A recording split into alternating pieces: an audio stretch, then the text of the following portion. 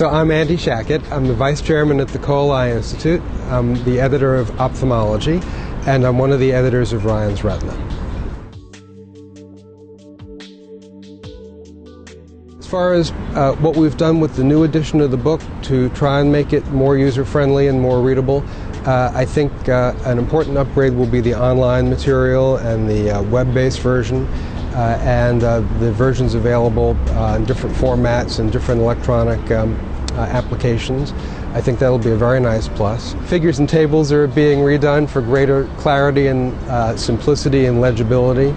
We're trying to standardize nomenclature and abbreviations across the book. These are all things that authors throw in their own way and use in their own way, and each author does things a little bit differently. It can make it hard for the book to seem coherent and give a simple, straightforward message unless we work through that with them. So we try and add a little structure and simplicity to it. I think the new edition will come out 5 or maybe 6 years after the last, and I think retina specialists know that there's been a tremendous amount of new material in the last 5 or 6 years, and we've looked back through ophthalmology journal citations, and we've looked at papers that have been cited most often, quoted most often, and those that get the most hits on websites. And more than half of the new material has been focused on anti-VEGF therapy and new treatments in medical retina. So I think there's a tremendous amount of new information there, and that should be of no surprise to ophthalmologists.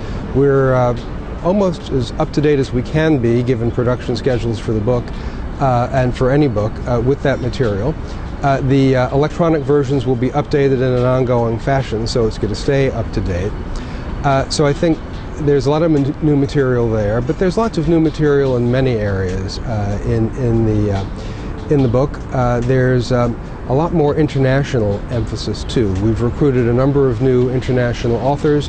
The book is read around the world. I think physicians around the world are looking to the United States for assistance with education and quality of care and improving patient care. And I'm very excited at the number of international readers that we have, but we have gone out of our way to make it a more international book by adding more international authors.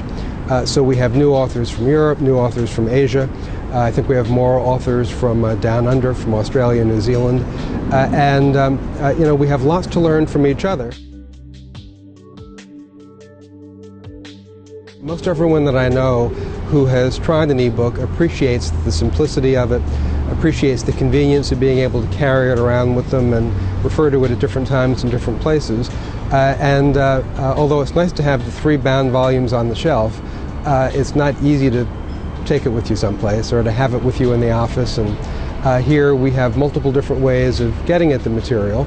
If you're sitting in your academic office, you can pull the book off the shelf, but if you're with a patient, you can log on to the web-based electronic version, or if you have an e-book reader with you, you can use that. I think different people like to look at things different ways, and I think it's incumbent on the publishers to supply material 2, 3, or 4 ways and let people use it as they'd like.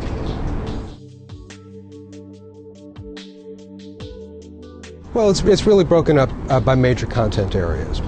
So starting back from the first edition, the first volume had basic science material in it. The second volume had medical retina in it, and the third volume was surgical retina. We've now moved some things around some, so the first volume is basic science and tumors. The second volume is medical retina, and the third volume is surgical retina. So at least you know which one of the 3 to go towards by major topic area. But a lot of topics get discussed in all 3 volumes, so a good index is important, and good indexing in the electronic and e-book versions is important. It allows you to jump from place to place.